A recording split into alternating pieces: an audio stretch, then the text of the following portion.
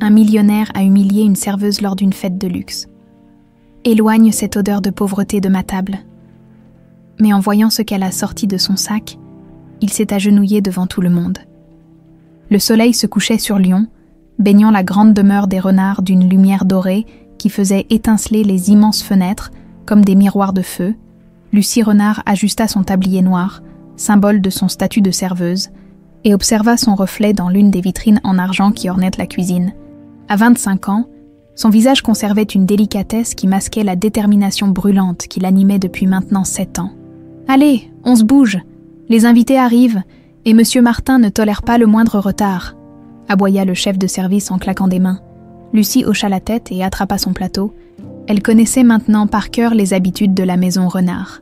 Après 3 mois d'infiltration minutieuse, 3 mois à servir des coupes de champagne avec un sourire poli tout en examinant chaque recoin, chaque visage, chaque conversation à la recherche d'indices, 3 mois à jouer le rôle de la simple étudiante en médecine qui servait dans les soirées huppées pour financer ses études, alors qu'elle était bien plus, ou peut-être moins, selon le point de vue, que cela, ce soir, c'est le grand soir, murmura-t-elle, en traversant les couloirs richement décorés qui menaient au grand salon.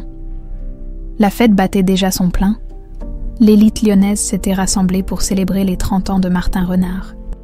Héritier unique de l'empire familial depuis la mort tragique de ses parents et de sa petite sœur dans un accident de voiture qui avait fait la une des journaux 20 ans plus tôt, un accident qui n'en était pas un, comme le savait Lucie. Champagne, madame. Elle servait avec grâce, souriant aux invités qui ne lui accordaient même pas un regard. Pour eux, elle était invisible, une main qui tendait un verre, rien de plus. Cette invisibilité était son plus grand atout. Le souvenir de sa mère adoptive s'imposa à elle, aussi vif que si c'était hier. Marthe, épuisée sur son lit de mort, la respiration sifflante, serrant la main de Lucie avec une force surprenante pour une femme mourante. « Ma fille, il faut que je te dise quelque chose avant de partir. » Lucie s'était penchée, les larmes aux yeux, la femme qui l'avait élevée, qui lui avait tout donné malgré la pauvreté de leur ferme, s'éteignait lentement. « Tu n'es pas vraiment notre fille.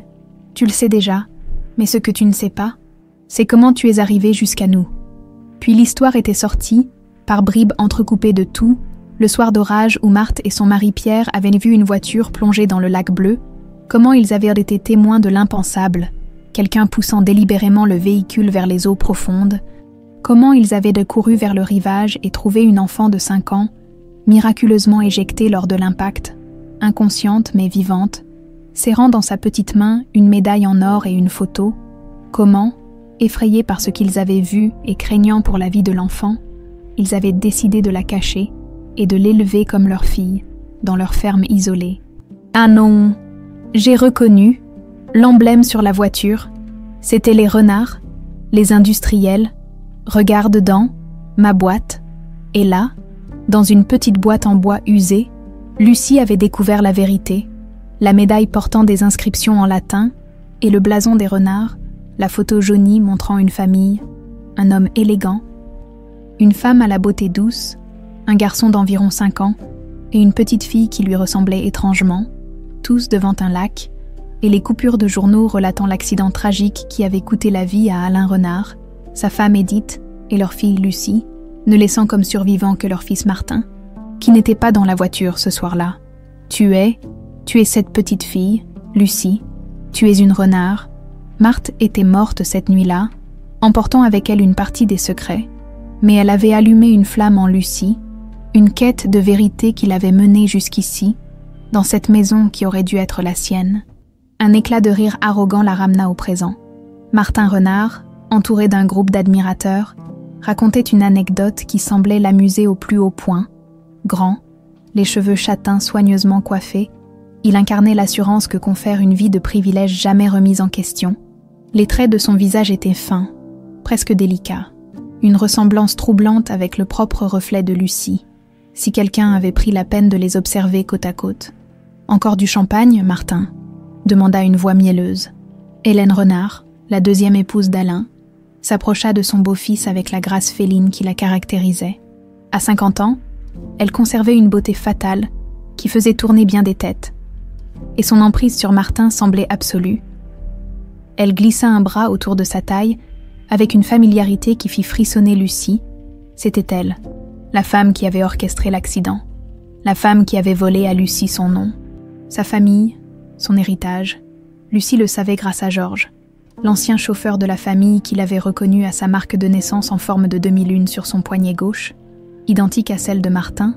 Georges lui avait raconté comment Hélène, obsédée par Alain mais incapable de lui donner des enfants, avait progressivement empoisonné son esprit contre sa première femme, comment elle avait pris le contrôle après l'accident, manipulant le jeune Martin à sa guise. L'horloge sonna minuit. Le moment était venu.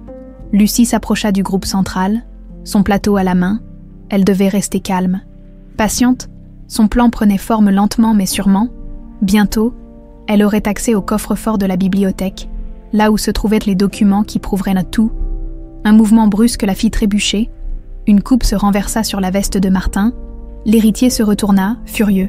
« Mais vous ne pouvez pas faire attention. »« Je suis désolée, monsieur. Vraiment désolée, » murmura Lucie en essayant d'éponger la tache avec sa serviette. « Laissez ça. » Il repoussa sa main. « D'abord, vous ruinez ma veste. Et maintenant, vous me touchez sans permission. » Le silence se fit autour d'eux.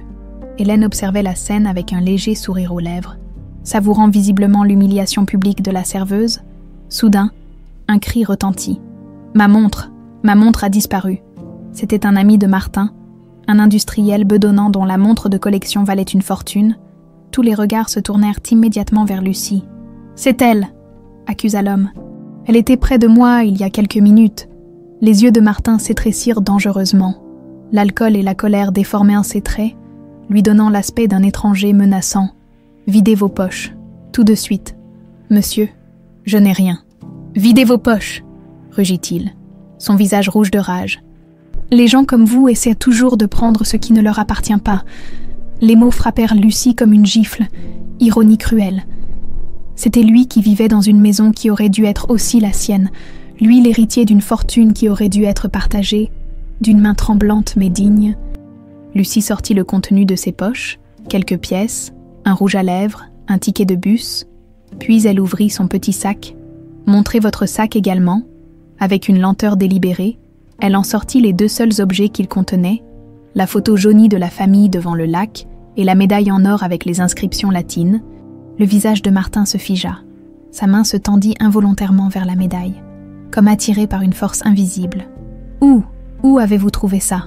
Derrière lui, le visage d'Hélène était devenu livide. « C'est à moi », répondit simplement Lucie, soutenant son regard. « Ça l'a toujours été, au même instant. » La montre disparue fut retrouvée sous une table, visiblement tombée accidentellement, mais personne n'y prêtait plus attention. Toute la salle observait le face-à-face entre le maître des lieux et la simple serveuse, unis par un lien invisible que personne ne comprenait encore. Martin Renard, héritier tout-puissant de l'empire familial, s'effondra lentement sur ses genoux, fixant la médaille qu'il avait lui-même offerte à sa petite sœur la veille de sa disparition. Cette nuit-là, Martin ne trouva pas le sommeil. Allongé sur son lit king size, il fixait le plafond où dansèrent les ombres projetées par la lune à travers les rideaux entr'ouverts. La médaille en or tournoyait entre ses doigts, reflétant par moments un éclat argenté qui semblait presque surnaturel, dulcius ex asperis, plus doux après les difficultés. La devise familiale gravée en latin, identique à celle qu'il portait lui-même autour du cou depuis l'enfance, cachée sous ses chemises comme un secret. « C'est impossible », murmura-t-il dans l'obscurité de sa chambre. Pourtant, les souvenirs qu'il avait enfouis pendant 20 ans remontaient à la surface comme des noyés qui refusent de rester au fond des eaux, les 3 médailles que son père avait fait fabriquer. Une pour lui, une pour sa sœur, une pour leur mère, un pacte familial que même la mort n'était pas censée briser. Ses paupières se fermèrent malgré lui, et comme chaque fois qu'il était bouleversé, le cauchemar revint, toujours le même, l'eau, partout l'eau, froide, noire, implacable. Il est sur la rive, ses petites mains de 5 ans frappant contre la vitre arrière de la voiture qui s'enfonce lentement dans le lac bleu. À l'intérieur, les visages déformés par la terreur. Sa mère qui hurle quelque chose qu'il ne peut pas entendre. Son père qui tente désespérément de briser la vitre. Sa petite sœur, les yeux écarquillés, qui presse sa médaille contre la vitre comme si cet objet pouvait la sauver. Puis l'eau qui recouvre tout. Le silence, les bulles qui remontent à la surface, et cette certitude, Ancré au plus profond de lui, il aurait dû être dans cette voiture. Martin se réveilla en sursaut, le corps couvert de sueur froide. La médaille était tombée sur le sol, produisant un tintement métallique qui résonna dans la pièce silencieuse. Il se leva d'un bond, enfila un peignoir et descendit dans la cuisine. La maison était silencieuse. Tous les invités partis depuis longtemps. Seule brillait une petite lumière dans l'office. « Vous ne dormez pas, monsieur ?» Georges, le vieux chauffeur qui servait la famille depuis plus de 30 ans, préparait un thé, ses mains noueuses manipulant la théière avec précaution. Ce rêve, toujours ce foutu rêve, Georges. Le vieil homme hocha la tête sans répondre. Ses yeux fatigués semblaient apporter le poids de secrets trop lourds. Cette serveuse, celle d'hier soir, Mademoiselle Lucie. Oui, Lucie. Le prénom lui brûla la gorge. Tu l'as vue partir. Georges posa délicatement une tasse de thé fumant devant Martin. Madame Hélène l'a renvoyée après l'incident. Elle a dit qu'elle ne voulait plus la voir dans cette maison. Martin serra les poings. Bien sûr. Hélène avait pris les devants. Comme toujours, tu as son adresse ? Le vieux chauffeur hésita, puis sortit un petit carnet de sa poche. J'ai raccompagné Mademoiselle Lucie chez elle, pour m'assurer qu'elle rentrait bien. Il griffonna une adresse sur un morceau de papier. Immeuble Bellecour, appartement 7B. Martin regarda Georges avec intensité. « Tu l'as reconnu, n'est-ce pas ?» Le vieil homme détourna le regard, ses mains tremblantes trahissant son trouble. « Ce n'est pas à moi de... Monsieur devrait parler à Madame Hélène. Je ne veux pas parler à Hélène. » S'emporta Martin. « Je veux la vérité, Georges. Pour une fois dans cette maison, je veux la putain de vérité. » Le visage du chauffeur se contracta sous l'effet d'une douleur ancienne. « La marque de naissance, monsieur, sur son poignet gauche en forme de demi-lune, comme la vôtre. » Martin sentit son cœur s'arrêter. D'un geste machinal, il caressa son propre poignet gauche, là où se trouvait cette petite tache de naissance que personne ne remarquait jamais, sauf sa famille. « Pourquoi maintenant, Georges ? Pourquoi après 20 ans ?» Le vieil homme secoua la tête. « Je ne sais pas, monsieur, mais je sais que rien n'arrive par hasard dans cette maison. Rien du tout. » Au même moment, dans son petit appartement du quartier Bellecour, Lucie rangeait nerveusement ses affaires. La confrontation avec Martin avait précipité les choses, chamboulé son plan minutieux. Elle aurait dû être plus prudente, mais la façon dont il l'avait humiliée, un coup discret à la porte la fit sursauter. Il était 3 heures du matin. Qui pouvait bien venir à cette heure-ci ? Qui est là ? Demanda-t-elle, la main sur la batte de baseball qu'elle gardait pour se protéger. C'est Georges, mademoiselle. Georges, le chauffeur des renards. Lucie ouvrit prudemment. Le vieil homme se tenait là, l'air épuisé, tenant un petit paquet dans ses mains. « Ils vont venir pour vous », dit-il sans préambule. « Madame Hélène a fait fouiller votre dossier dès que vous êtes parti. Elle sait que vous avez menti sur votre identité pour être engagée. Comment avez-vous su où j'habitais ? Je vous ai suivi plusieurs fois. » Il baissa les yeux, honteux. « Depuis que j'ai remarqué votre marque de naissance, je devais être sûre. » Lucie l'invita à entrer, méfiante mais consciente qu'il était peut-être son seul allié. « Vous saviez depuis le début. » Le vieil homme hocha la tête, des larmes au coin des yeux. « Je conduisais votre mère à l'hôpital le jour de votre naissance. J'ai vu cette marque sur votre poignet, identique à celle de votre frère. Un signe des renards, disait votre père. » Georges lui tendit le paquet. « J'ai conservé ceci toutes ces années. Au cas où, » Lucie l'ouvrit avec des mains tremblantes. C'était un album photo. Sur la première page, on voyait Édith Renard, rayonnante, portant 2 bébés dans ses bras, un garçon et une fille, indiscernables l'un de l'autre si ce n'était pour les petits bonnets, bleus et roses. « Nous sommes jumeaux, » murmura Lucie, abasourdie. « Identiques à l'exception de votre sexe, un phénomène rare, disèrent les médecins. » Lucie tourna les pages, découvrant une vie qui lui avait été volée, des anniversaires, des Noëls, des vacances au bord du lac bleu, jusqu'à cette dernière photo, prise la veille de l'accident. Pourquoi Martin ne se souvient-il pas de moi ? Georges soupira profondément. Après l'accident, le petit Martin est resté muet pendant presque 1 an. Quand il a recommencé à parler, sous l'influence de Madame Hélène, il semblait avoir oublié certaines choses. Les médecins ont parlé de traumatisme, de mémoire sélective, et Madame Hélène a fait en sorte de faire disparaître toute trace de vous dans la maison. Soudain, un bruit de moteur se fit entendre dans la rue. Georges se précipita à la fenêtre. « C'est lui, » murmura-t-il. « Monsieur Martin, il a dû me suivre. » Lucie sentit la panique la gagner. Elle n'était pas prête pour cette confrontation. Pas maintenant. Que dois-je faire? La vérité, mademoiselle Lucie. Après 20 ans de mensonges, cette maison a besoin de vérité. Mais soyez prudente. Madame Hélène ne reculera devant rien pour protéger ses secrets. Des pas résonnèrent dans l'escalier. Georges serra brièvement la main de Lucie, puis se dirigea vers la porte. « Une dernière chose, mademoiselle. Votre mère. Elle est morte dans l'accident, je sais. » Le vieil homme hésita, son regard fuyant, trahissant un nouveau secret. Mais avant qu'il puisse parler, des coups violents ébranlèrent la porte. « Lucie, je sais que vous êtes là. Ouvrez, nous devons parler. » La voix de Martin, habituellement si contrôlée, vibrait d'une émotion à peine contenue. Georges ouvrit la porte, se retrouvant face à face avec son jeune maître. « Georges, que fais-tu ici ?»« La même chose que vous, monsieur. Je cherche des réponses. » Martin aperçut Lucie derrière le chauffeur, l'album photo ouvert sur ses genoux. Leurs regards se croisèrent. Deux paires d'yeux identiques, d'un bleu-gris si particulier qu'il était presque impossible de ne pas voir la ressemblance. À cet instant précis, dans la chambre principale du manoir Renard, Hélène se réveillait en sursaut, comme avertie par un sixième sens.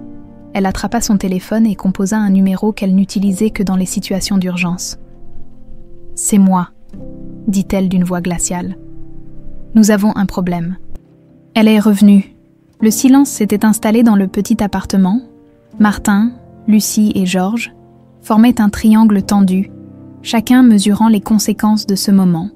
L'album photo ouvert sur la table basse semblait être une bombe à retardement. « Puis-je » demanda Martin, désignant l'album d'une main légèrement tremblante. Lucie acquiesça sans un mot.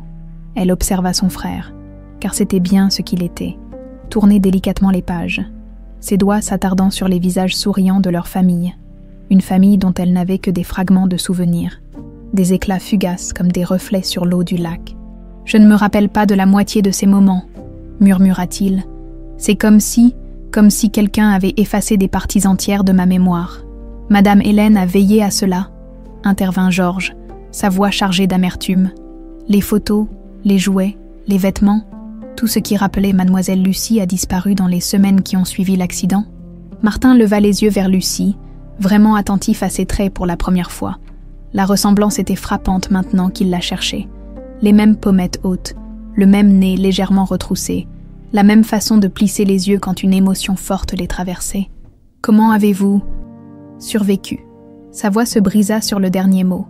Lucie lui raconta alors tout, les fermiers qui l'avaient retrouvée au bord du lac, sa vie simple mais heureuse, la révélation sur son lit de mort de Marthe, sa recherche acharnée qui l'avait menée jusqu'au manoir Renard. « J'ai d'abord voulu me venger, » admit-elle, osant enfin exprimer la vérité crue. « Vous voir tous les deux, toi et Hélène, vivre dans l'opulence pendant que je luttais pour survivre. Je voulais reprendre ce qui me revenait de droit. » Martin encaissa le coup, son visage trahissant toutes les émotions qui le submergeaient. Choc, culpabilité, colère. « Et maintenant ?» demanda-t-il simplement. Lucie hésita. Que voulait-elle vraiment? La vengeance qui l'avait animée pendant des années semblait soudain fade face à la possibilité de retrouver un frère. « Je veux la vérité, » dit-elle finalement. « Sur l'accident, sur nos parents, sur tout ce qu'Hélène a fait. » La mention d'Hélène fit tressaillir Martin. « Elle ne te laissera jamais approcher du manoir, pas maintenant qu'elle t'a identifié. » Un sourire fin se dessina sur le visage de Georges. « Sauf si c'est vous qui l'invitez, monsieur. Après tout, après l'incident d'hier soir. Ne serait-il pas généreux de votre part d'offrir un dédommagement à cette jeune femme injustement accusée ?» Martin comprit immédiatement. « Une position permanente, à l'intérieur de la maison. »« Précisément, monsieur. » Les premières lueurs de l'aube filtraient à travers les stores quand Martin se leva enfin. Il avait pris sa décision. « Venez au manoir demain. »« Non, aujourd'hui, à midi. Je parlerai à Hélène avant. » Il hésita, puis ajouta « Je ne peux pas promettre de vous croire entièrement. Pas encore. Mais je veux savoir. J'ai besoin de savoir. » Alors qu'il se dirigeait vers la porte, son regard s'arrêta sur la médaille que Lucie portait autour du cou. Dans un geste spontané, il sortit la sienne de sous sa chemise. Les deux médailles identiques brillèrent côte à côte. « Dulcius ex asperis », murmurèrent-ils simultanément, et ce moment de synchronicité parfaite fit naître un frisson le long de leur échine. Quelques heures plus tard, dans la salle à manger du manoir Renard. Hélène écoutait la proposition de Martin avec un calme apparent qui masquait sa fureur intérieure. « Tu veux engager cette voleuse comme assistante personnelle après ce qu'elle a fait hier soir ? Elle n'a rien volé, Hélène, » répondit Martin avec une fermeté qui l'a surpris. La montre a été retrouvée. Je l'ai humiliée publiquement pour rien, c'est la moindre des choses. Depuis quand te préoccupes-tu du sort des domestiques ? Sa voix dégoulinait de mépris. Cette fille a quelque chose de louche. Je l'ai senti dès le premier jour. Martin joua sa carte maîtresse, celle qu'il avait préparée avec Georges. C'est justement pour ça que je veux la garder près de nous, pour la surveiller. Elle possède des objets qui semblent liés à notre famille. Je veux découvrir comment elle les a obtenus. Cette approche sembla apaiser Hélène. Elle tapota ses lèvres rouges avec sa serviette en soie, réfléchissant. « Tu as peut-être raison, mon chéri. Gardons nos amis proches, et nos ennemis plus proches encore. » Elle sourit, ce sourire de prédateur qui avait toujours mis Martin mal à l'aise sans qu'il sache pourquoi. « Mais c'est toi qui t'en occupes. Je ne veux pas avoir à lui adresser la parole. » Martin hocha la tête, soulagé qu'elle ait accepté si facilement, trop facilement. Peut-être, au même moment, Josiane, la gouvernante qui travaillait au manoir depuis plus de 30 ans, arrangeait des fleurs fraîches dans le hall d'entrée. Son visage, marqué par les années, mais toujours empreint d'une dignité tranquille, ne trahissait rien des pensées qui l'agitaient. Elle avait tout entendu de la conversation entre Martin et Hélène, cachée derrière la lourde porte de chêne. Lorsque Martin sortit de la salle à manger, elle l'intercepta avec la familiarité que seule une personne qui vous a vu grandir peut se permettre. « Cette jeune fille qui vient ce midi, » commença-t-elle d'une voix douce, « celle de la fête. Qu'y a-t-il, Josiane ?» Martin était toujours pressé, comme s'il fuyait quelque chose dans cette maison. La vieille gouvernante le regarda avec une intensité inhabituelle. « Elle ressemble beaucoup à votre mère. » Martin se figea. Josiane n'avait jamais mentionné sa mère auparavant. C'était un sujet tabou au manoir depuis l'accident. Hélène avait veillé à ce que le souvenir d'Édith Renard s'efface progressivement, comme une photo exposée trop longtemps au soleil. « Tu te souviens de ma mère ?» La question sortit comme un souffle. « Tous les jours, monsieur Martin, tous les jours. » Il y avait quelque chose dans sa voix, une tendresse, une douleur, qui fit comprendre à Martin que Josiane en savait bien plus qu'elle ne le laissait paraître. Mais avant qu'il puisse l'interroger davantage, la sonnerie de l'entrée retentit. Midi, Lucie était arrivée. La première rencontre entre Lucie et Josiane fut brève, mais électrique. La vieille gouvernante laissa échapper un petit cri étouffé en voyant la jeune femme, avant de reprendre rapidement contenance. Leurs regards se croisèrent, celui de Josiane chargé d'émotions contenues, celui de Lucie interrogateur. « Josiane va te montrer ta chambre », annonça Martin, observant attentivement leur interaction. « Tu logeras ici désormais, ce sera plus pratique. Je préfère garder mon appartement », protesta Lucie, méfiante. « Ce n'est pas négociable », intervint une voix glaciale. Hélène Renard descendait l'escalier principal, resplendissante dans une robe bordeaux qui soulignait sa silhouette parfaite. À 50 ans, elle demeurait d'une beauté saisissante, mais d'une beauté qui évoquait davantage un prédateur qu'une femme. « Si vous travaillez ici, vous vivez ici, je tiens à garder un œil sur mes employés. » Son regard s'attarda sur la médaille que Lucie portait au cou, et sur leurs curieux bijoux. La tension était palpable. Hélène et Lucie s'affrontèrent du regard, comme deux lionnes sur un territoire disputé. Martin, mal à l'aise, intervint. « Hélène, j'ai promis à Lucie qu'elle serait bien traitée ici. » « Mais bien sûr, mon chéri, » minauda Hélène sans quitter Lucie des yeux. « Nous sommes civilisés après tout, n'est-ce pas, mademoiselle ? Quel est votre nom de famille, déjà ?»« Leroy » mentit Lucie, refusant de se laisser intimider. « Lucie Leroy » le sourire d'Hélène s'élargit. « Bien sûr. Mademoiselle Leroy, bienvenue chez les Renards. » Lorsqu'elle tourna les talons et remonta l'escalier, Martin et Lucie échangèrent un regard entendu. Le jeu venait de commencer. Cette nuit-là, alors que le manoir dormait, Lucie explorait silencieusement les couloirs, mémorisant chaque recoin, chaque issue, chaque potentielle cachette. Son nouveau statut d'assistante personnelle de Martin lui donnait une liberté de mouvement qu'elle n'aurait jamais eue en tant que simple serveuse. Une faible lumière sous une porte attira son attention. La bibliothèque, Elle s'approcha prudemment et jeta un coup d'œil par la serrure. Hélène était au téléphone, parlant à voix basse mais avec une tension évidente. « Je te dis qu'elle est revenue ? Non, il ne sait pas encore, mais ça ne saurait tarder. Il faut agir vite. La clinique, toujours stable. Non, personne ne doit savoir qu'elle est vivante, tu m'entends ? Personne. » Le cœur de Lucie manqua un battement. Vivante, de qui parlait Hélène ? Une main se posa sur son épaule, la faisant sursauter violemment. C'était Josiane, un doigt sur les lèvres pour lui intimer le silence. La vieille gouvernante lui fit signe de la suivre, dans une petite chambre sous les combles. Loin des oreilles indiscrètes, Josiane ferma soigneusement la porte. Son visage était grave, ses mains légèrement tremblantes. « Il y a quelque chose que vous devez savoir, mademoiselle Lucie, quelque chose que même monsieur Martin ignore. » Josiane referma la porte derrière elle et sortit une petite clé de sa poche. Avec des gestes précis, elle ouvrit une commode dont elle tira une boîte en bois usée par le temps. « Votre mère me l'a confiée avant le drame. » La vieille gouvernante caressa le couvercle avec tendresse. Elle pressentait quelque chose. Edith avait toujours eu une sorte d'intuition. Lucie s'approcha. Le cœur battant. « Vous étiez proche de ma mère ?» Josiane laissa échapper un rire doux, presque mélancolique. « J'étais bien plus que sa gouvernante, mademoiselle. J'étais sa confidente, son amie d'enfance. Nous avons grandi ensemble dans le même village.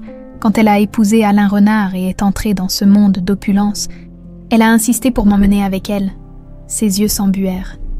Elle disait toujours qu'elle avait besoin d'un peu de vérité dans cette maison de faux-semblants. La gouvernante ouvrit la boîte. À l'intérieur se trouvait un journal intime à la couverture en cuir bleu et un petit paquet enveloppé dans du tissu. Elle écrivait tout ici, ses doutes, ses peurs concernant Hélène, sa décision de quitter Alain pour protéger ses enfants.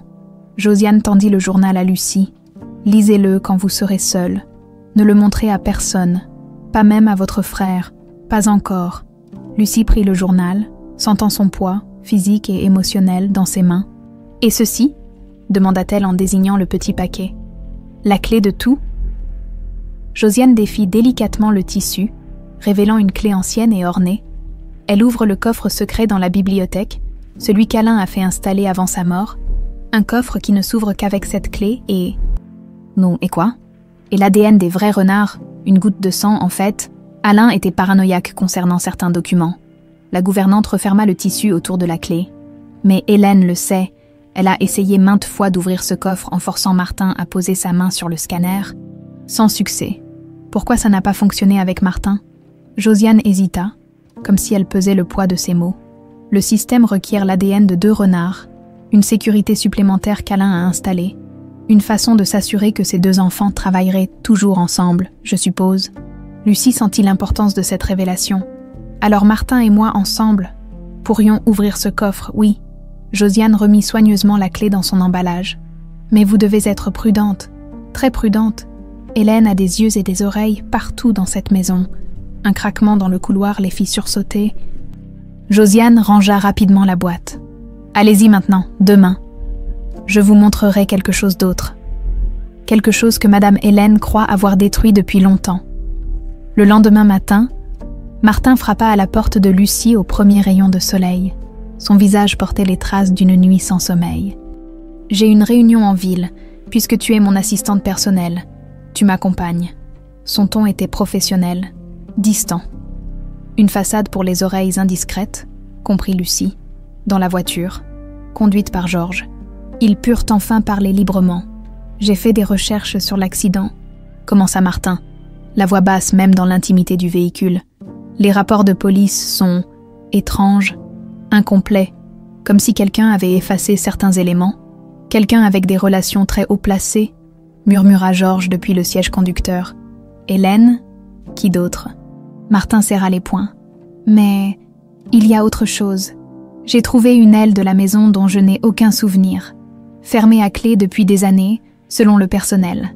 Lucie sentit un frisson la parcourir. Quelle aile ? L'aile est, au 3e étage. Josiane dit que c'était ta chambre. Et celle de maman. Le cœur de Lucie manqua un battement.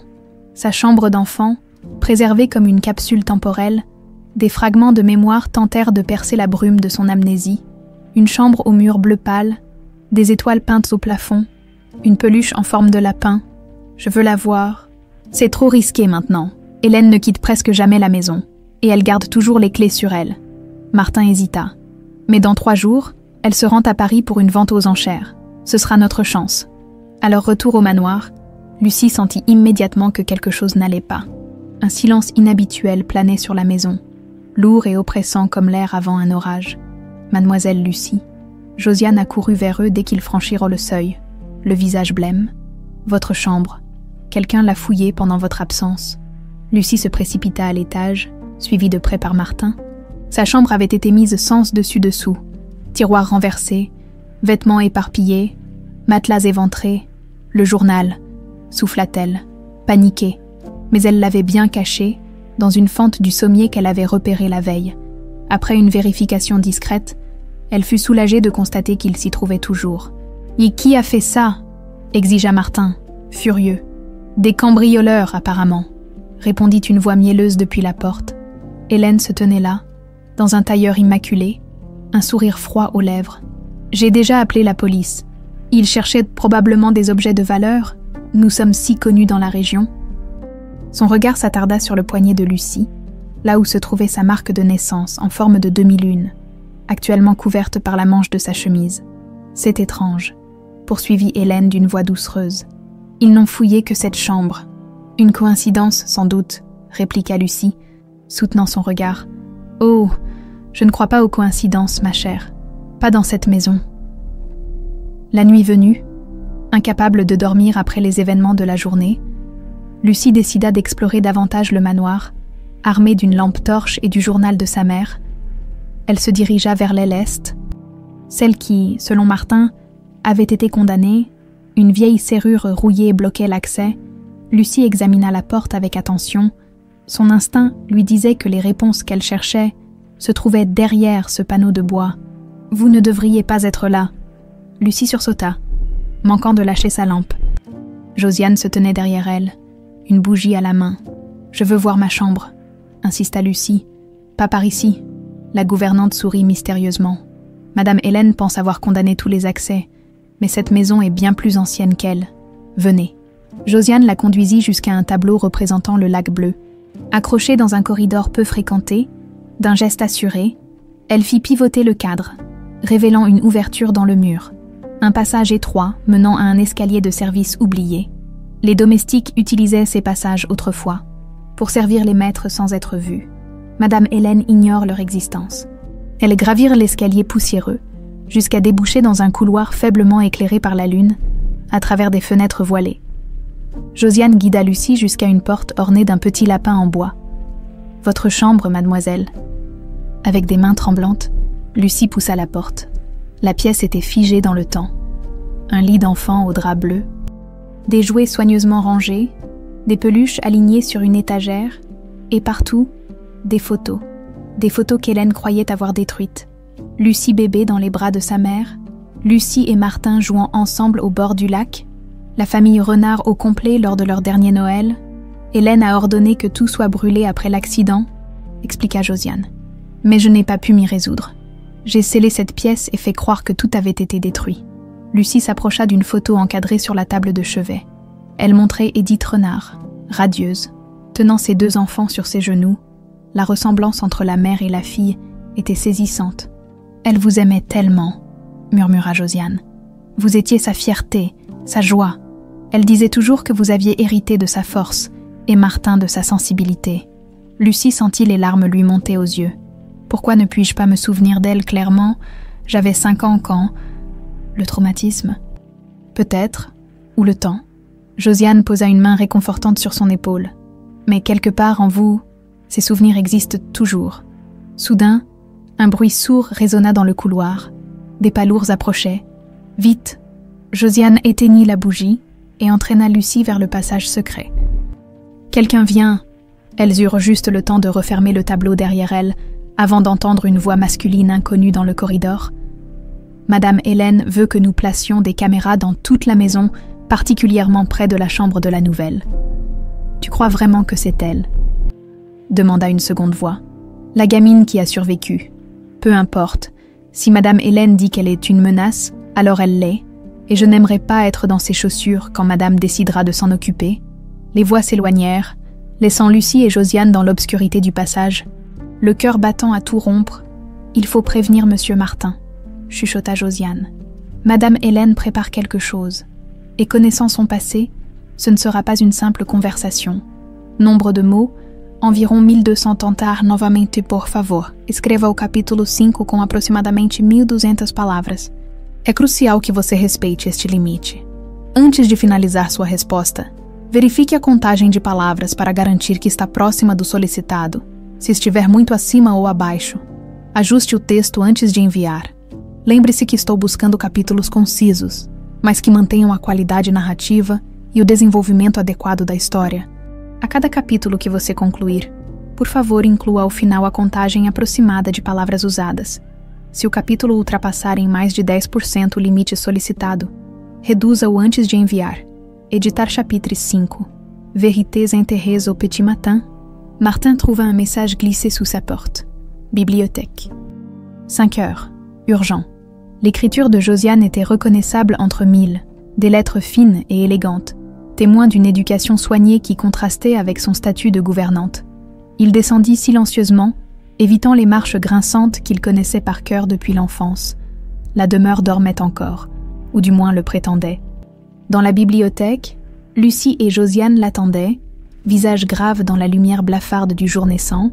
« Hélène fait installer des caméras », annonça Lucie sans préambule. Elle se méfie. Martin passa une main fatiguée sur son visage.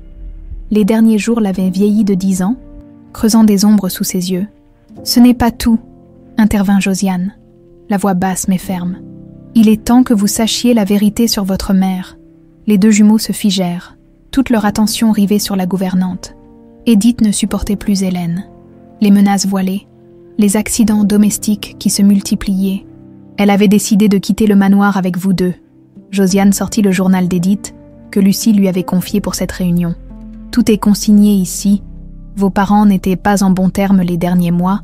Alain avait une liaison avec Hélène. Mon père trompait ma mère. Martin semblait dévasté, comme si une dernière illusion s'effondrait. Non, corrigea doucement Josiane. Hélène était l'assistante de votre père à l'époque. Elle l'a, disons, séduit. Mais Alain a mis fin à cette aventure quand il a découvert qu'Édith était enceinte de vous deux. C'était un homme d'honneur, malgré ses faiblesses. Sa voix trembla légèrement. Hélène ne lui a jamais pardonné ce rejet. Elle est restée dans l'entreprise, gravissant les échelons, se rendant indispensable, attendant son heure. Et l'accident ? Demanda Lucie, redoutant la réponse. Édith avait des preuves contre Hélène, des documents compromettants montrant qu'elle détournait des fonds. Elle devait les remettre à un avocat ce jour-là. Josiane ouvrit le journal à une page marquée « Lisez vous-même ». Martin prit le journal, lisant à haute voix l'écriture élégante de sa mère. « Je crains pour nos vies. H devient plus menaçante chaque jour. Les freins de ma voiture ont mystérieusement lâché hier. A refuse de voir la vérité en face. Il est aveuglé par sa loyauté professionnelle. Je dois protéger mes enfants. Demain, nous partirons tous les trois. J'ai confié les documents à J, qui les remettra à Maître Laurent si quoi que ce soit nous arrive. » Un silence lourd suivit cette lecture, brisé seulement par le tic-tac de la grande horloge qui trônait entre les rayonnages. « Ces documents, » commença Lucie. « Je ne les ai jamais eus, » coupa Josiane, les yeux baissés. « Votre mère m'a parlé d'une cachette, mais elle n'a pas eu le temps de me dire où. Je pense qu'ils sont dans le coffre. » Martin referma doucement le journal. Comment s'est-elle retrouvée seule avec Lucie ce jour-là ? J'étais à l'école, je me souviens. Mais un stratagème d'Hélène, expliqua Josiane. Elle a fait croire à votre mère qu'Alain avait eu un accident à la fabrique. Édith est partie précipitamment, emmenant Lucie qui était malade ce jour-là. Et mon père, la voix de Martin était à peine audible. Il a rejoint Édith sur la route, alerté par un appel anonyme. La voiture a plongé dans le lac avec eux trois. Seule Lucie a survécu, éjectée lors de l'impact, comme vous le savez maintenant. Martin semblait frappé par une révélation soudaine. « Les rêves », murmura-t-il. « J'ai toujours rêvé d'être au bord du lac. » Regardant la voiture s'enfoncer, je pensais que c'était mon imagination, une façon pour mon esprit de gérer le traumatisme. « Vous y étiez », confirma Josiane, le regard sombre. « Hélène vous a amené là-bas. Je ne sais pas pourquoi. Peut-être voulait-elle que vous voyiez pour vous briser. Lucie sentit un frisson glacé parcourir son échine. L'image de ce petit garçon de 5 ans, forcé d'assister à la mort de ses parents, la hanterait longtemps. « Mais comment avez-vous survécu ?»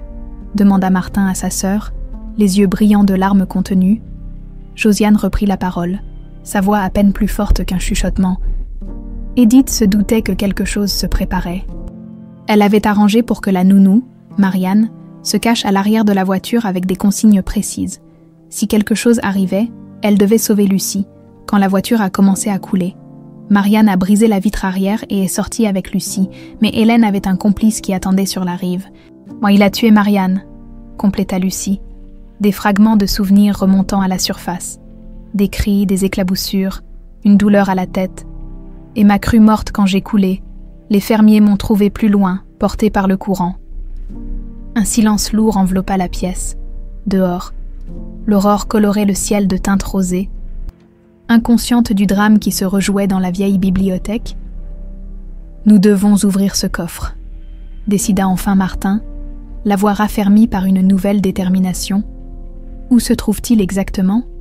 Josiane se dirigea vers une section de livres anciens reliés en cuir rouge, derrière cette étagère. « Mais il nous faut la clé et... mon sang et celui de Lucie, » compléta Martin. Georges m'a expliqué le système de sécurité. « J'ai la clé », annonça Lucie, sortant l'objet de sa poche. « Mais nous ne pouvons pas y aller maintenant, les caméras. Installées cette nuit même, » confirma Josiane. « Toutes les pièces principales sont surveillées, y compris la bibliothèque. » Martin serra les poings, frustré. « Alors que faisons-nous ? Nous attendons le départ d'Hélène pour Paris, » suggéra Lucie. « Et nous trouvons un moyen de désactiver les caméras. » Josiane acquiesça, puis ajouta d'une voix hésitante. « Il y a autre chose, quelque chose concernant votre mère. » Les jumeaux se tournèrent vers elle, suspendus à ses lèvres. « Je ne voulais pas vous donner de faux espoirs, mais... » Elle prit une profonde inspiration. « Hier soir, j'ai surpris une conversation téléphonique d'Hélène. Elle parlait d'une patiente dans une clinique. D'un état stable. » Lucie sentit son cœur s'arrêter. « Vous pensez que... » ?»« Je ne sais pas, » admit Josiane. « Mais Hélène visite régulièrement une clinique privée à la périphérie de Lyon, une fois par mois, toujours le même jour. J'ai noté les adresses et les dates dans ce carnet. » Elle leur tendit un petit carnet usé. Martin le prit, l'ouvrant avec des mains tremblantes. « La clinique des Cèdres. Je connais cet endroit. C'est une institution haut de gamme pour patients en état végétatif ou en coma prolongé. » Un espoir fou naquit dans le cœur de Lucie, un espoir qu'elle n'osait même pas formuler clairement. « Nous devons vérifier, » murmura-t-elle, « même si c'est peu probable. »« Nous irons, » promit Martin. « Mais d'abord, le coffre, si nous trouvons des preuves contre Hélène, nous pourrons la faire arrêter. » Et alors, leur conversation fut interrompue par le bruit d'une porte qui s'ouvrait à l'étage. Les premiers domestiques commencèrent leur journée. « Dispersons-nous, » ordonna Josiane. « Et soyez prudents. Hélène a des yeux partout. » Alors qu'ils quittèrent la bibliothèque, Martin retint Lucie par le bras. « Je suis désolé, » murmura-t-il. « Pour tout, pour la façon dont je t'ai traité ce premier soir, pour ne pas t'avoir reconnue, pour ces 20 années. » Lucie serra brièvement sa main. « Ce n'était pas ta faute. Tu étais un enfant, manipulé par une femme sans scrupules. Je me rattraperai, » promit-il. « Nous retrouverons notre famille, notre vraie famille. » Plus tard dans la journée, Lucie observait discrètement Hélène, qui donnait des instructions à son chauffeur personnel pour son voyage à Paris. La femme semblait nerveuse, constamment sur son téléphone, parlant à voix basse. « Tu es prête pour demain ?» La voix de Martin la fit sursauter. Il s'était approché sans bruit. « Oui, j'ai repéré 4 caméras dans la bibliothèque. Il faudra les neutraliser sans éveiller les soupçons. Georges s'en chargera. Il a accès au système de sécurité ?» Martin hésita, puis ajouta « J'ai trouvé quelque chose d'autre, des versements mensuels à cette clinique dont parlait Josiane, d'importantes sommes, pendant 20 ans. » Lucie sentit son cœur s'accélérer. « Tu crois vraiment que... » ?»« Je n'ose pas y croire, » avoua Martin. « Mais ces paiements, ils sont codés comme maintenance ER dans les livres de compte.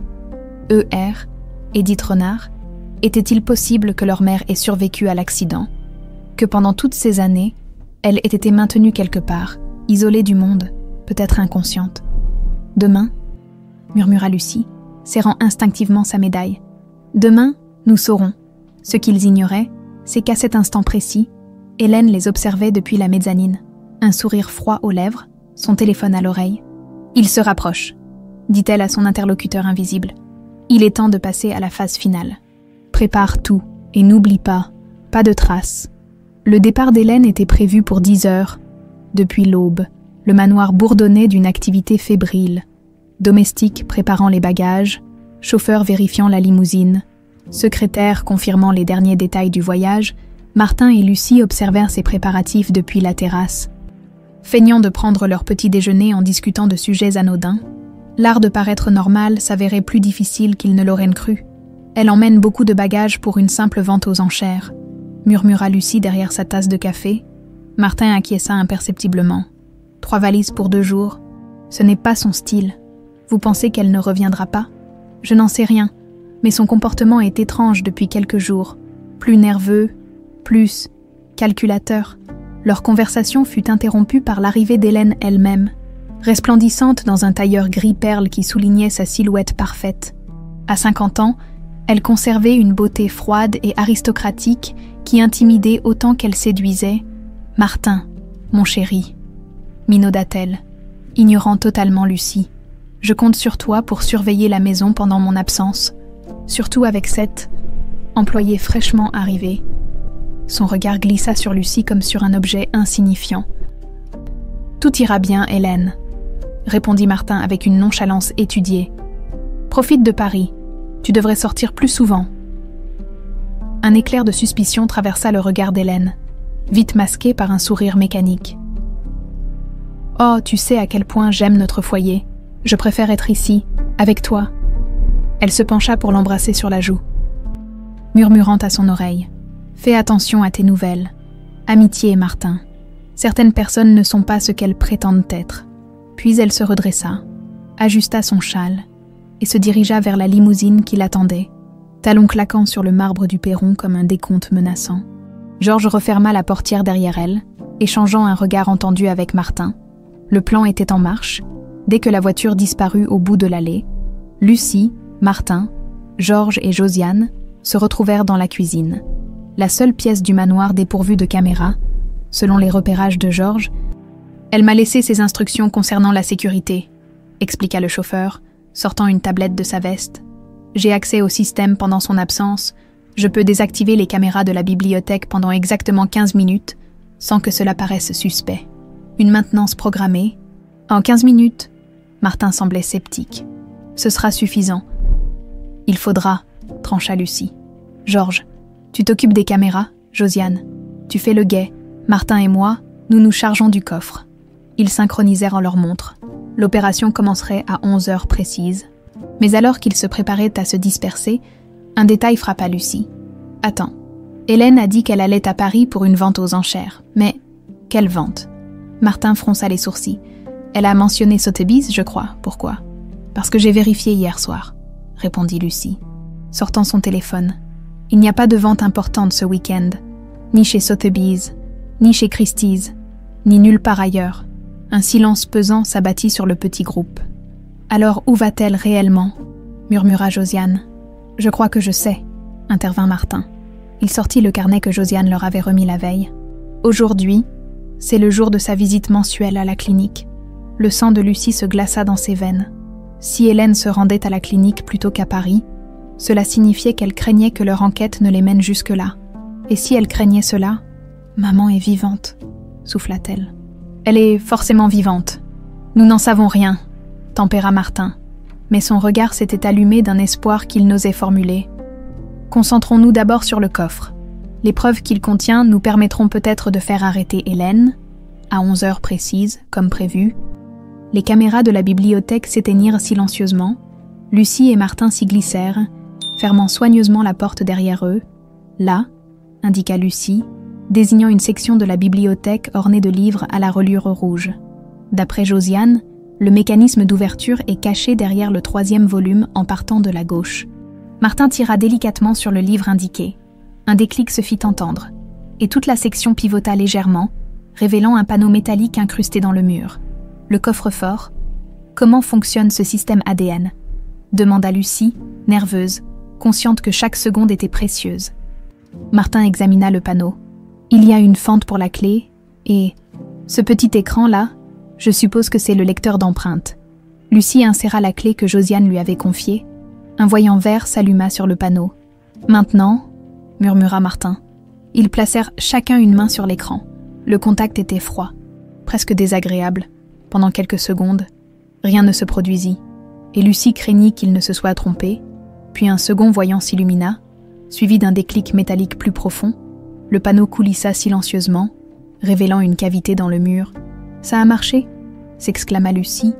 Incrédule, à l'intérieur du coffre se trouvaient plusieurs dossiers, une boîte en métal fermée à clé et un DVD portant simplement la mention « Pour mes enfants » de l'écriture élégante qu'ils avaient reconnue comme celle de leur mère. « Prenons tout », décida Martin, glissant les documents dans son sac. « Nous n'avons pas le temps d'examiner ça ici. » Lucie s'empara du DVD et de la boîte métallique.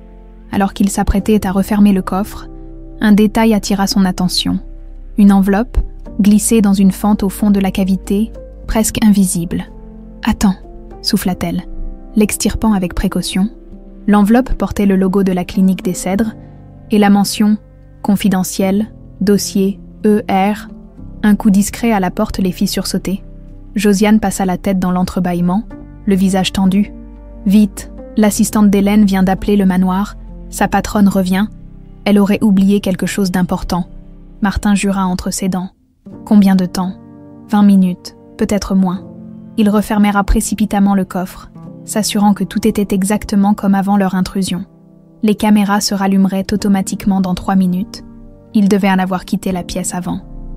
Dans le bureau de Martin, à l'autre bout du manoir, ils étalèrent leur butin. Les dossiers contenaient principalement des documents financiers, des preuves de détournement de fonds opérés par Hélène au sein des entreprises Renard, exactement comme l'avait soupçonné leur mère. « C'est accablant », murmura Martin.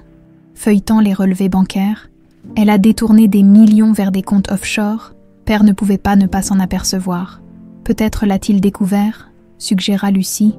Peut-être est-ce la vraie raison de l'accident. La boîte métallique, quant à elle, renfermait des photographies. Leur père avec une autre femme. Clairement Hélène bien plus jeune, dans des situations compromettantes, du chantage, comprit Martin. Elle le faisait chanter. Mais c'est l'enveloppe de la clinique qui contenait la révélation la plus bouleversante, un rapport médical détaillé sur une patiente admise il y a 20 ans, après un accident de voiture. Patiente plongée dans un coma profond, mais présentant occasionnellement des signes de conscience. Clignement d'yeux, léger mouvement des doigts. « Mon Dieu !» souffla Lucie, la voix brisée par l'émotion. « C'est elle, c'est maman. Elle est vivante. » Martin, trop ému pour parler, serrait le rapport entre ses mains tremblantes. Josiane, qui les avait rejoints, pleurait silencieusement. « Pourquoi ?» articula finalement Martin. « Pourquoi Hélène l'aurait-elle gardée en vie toutes ces années ?»« Pour le contrôle », répondit Georges depuis le seuil de la porte, son visage marqué par la fatigue et le chagrin. « Tant qu'Édith est vivante mais inaccessible. Hélène contrôle l'entreprise via vous, monsieur Martin. Si Édith venait à mourir, le testament original entrerait en vigueur et... »« Et quoi ?» pressa Lucie. « Et tout reviendrait à vous deux, » compléta Josiane, avec une clause stipulant qu'Hélène n'aurait droit à rien. Votre père avait fini par voir clair dans son jeu. À la fin, un bruit de moteur dans l'allée les fit tous sursauter. Hélène revenait, plus tôt que prévu. « Vite, remettez tout en place, » ordonna Georges. « Je vais la retenir dans l'entrée. » Ils dissimulèrent précipitamment les documents, ne gardant que le rapport médical et le DVD. « Nous devons aller à cette clinique, » décida Lucie. « Aujourd'hui même. »« Impossible, » objecta Martin. « Hélène sera sur ses gardes. Elle surveillera tous nos mouvements. »« Alors c'est moi qui irai, » trancha Lucie. « Elle ne me suit pas aussi attentivement que toi. Je peux prétexter une course en ville. » La porte du bureau s'ouvrit brusquement. Laissant apparaître Hélène, le visage dur comme la pierre, ses yeux balayèrent la pièce. S'arrêtant sur le rapport médical que Lucie n'avait pas eu le temps de cacher complètement. « Eh bien, » dit-elle d'une voix dangereusement douce, « il semble que j'arrive au bon moment, une réunion de famille. » Peut-être. Martin se plaça instinctivement devant sa sœur. comme pour la protéger. « Hélène, ce n'est pas... Épargne-moi tes mensonges, Martin, » coupa-t-elle sèchement. Puis, se tournant vers Lucie, « Quant à toi, ma chère, je savais depuis le début qui tu étais, ses yeux, les mêmes que ceux de ta mère. Cette mère qui n'a jamais su tenir sa place. » Une tension électrique emplissait la pièce. Hélène sortit lentement son téléphone de sa poche. « Un seul appel, » dit-elle, le doigt suspendu au-dessus de l'écran. « Et votre précieuse maman reçoit une dose létale de morphine, un tragique accident médical. Ça arrive si souvent dans ces cliniques. Vous ne ferez pas ça, » répliqua Lucie, la voix tremblante mais déterminée. « Parce que vous avez besoin d'elle vivante. Sans elle, vous perdez tout. » Un sourire cruel étira les lèvres parfaitement maquillées d'Hélène. Perspicace. Exactement comme Edith. « Mais vois-tu, ma chère, parfois il faut savoir sacrifier une pièce pour gagner la partie. » Son regard glissa vers Martin. « Et j'ai d'autres. À tout. » Un silence glacial tomba sur la pièce. La menace voilée d'Hélène flottait entre eux comme un nuage toxique. Martin, livide, observait cette femme qu'il avait considérée comme une mère pendant 20 ans. Cette femme qui venait d'admettre implicitement avoir orchestré la mort de ses parents et tenu sa mère biologique prisonnière dans un état végétatif pendant 2 décennies. « Que voulez-vous » demanda-t-il finalement.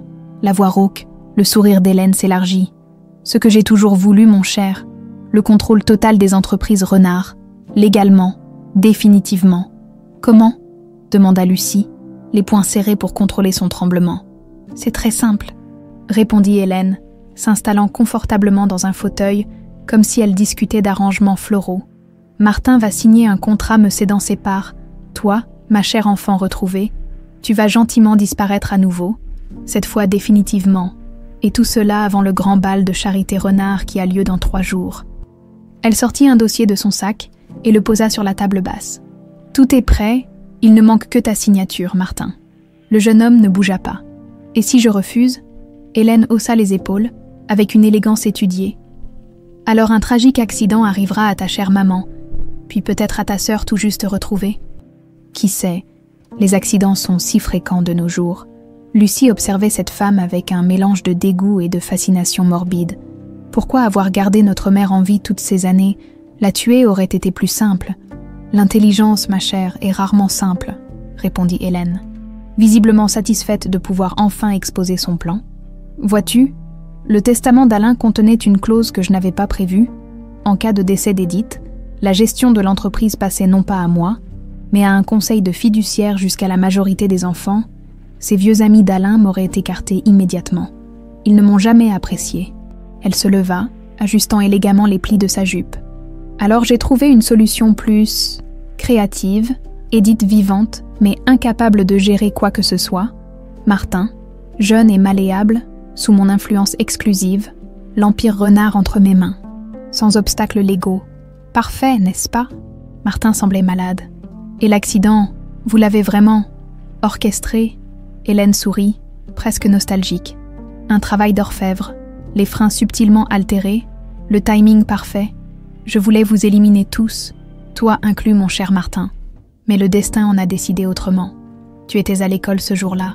Et ta sœur a miraculeusement survécu, des complications que j'ai dû gérer. » Lucie frissonna en entendant Hélène parler de l'assassinat de leurs parents avec un tel détachement.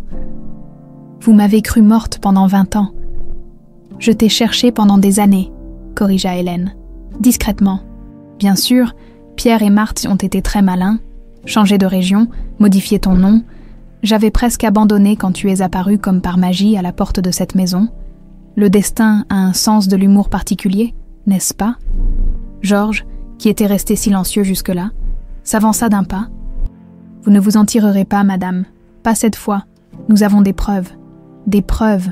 Hélène éclata d'un rire cristallin. « Mon cher Georges, qui croirait un vieux chauffeur alcoolique et une gouvernante sénile, quant à ces documents ?»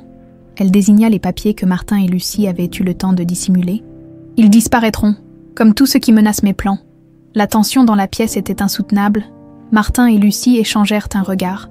Un de ces regards que seuls des jumeaux peuvent partager, où les mots deviennent superflus. « J'ai besoin de réfléchir, » déclara finalement Martin. « Vous me demandez de signer ma vie, mon héritage. Tu as jusqu'à demain matin, » trancha Hélène. « Pas une minute de plus. » Elle se dirigea vers la porte, puis se retourna une dernière fois. « Et n'essayez pas de vous enfuir ou de contacter la police. Mes hommes surveillent le manoir. Un seul geste suspect, et votre chère maman reçoit cette injection létale. » Lorsque la porte se referma derrière elle, les 4 complices restèrent figés, comme assommés par ce qui venait de se passer. « Qu'allons-nous faire ?»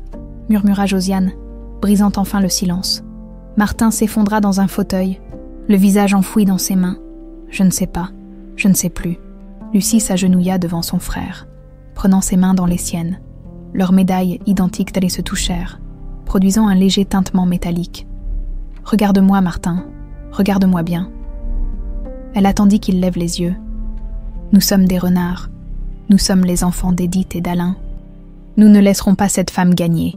Pas maintenant que nous nous sommes retrouvés. » Une lueur s'alluma dans le regard de Martin. Une détermination nouvelle, comme si les mots de sa sœur avaient réveillé quelque chose en lui. « Le DVD, dit-il soudain. Le message de maman. Nous devons le voir. » Ils se dirigèrent vers le bureau de Martin. Verrouillant soigneusement la porte derrière eux, Georges installa le DVD dans l'ordinateur, tandis que Josiane montait la garde à la fenêtre. L'écran resta noir quelques secondes, puis le visage d'Édith Renard apparut. Lucie et Martin eurent le souffle coupé. C'était comme se regarder dans un miroir vieilli de 20 ans.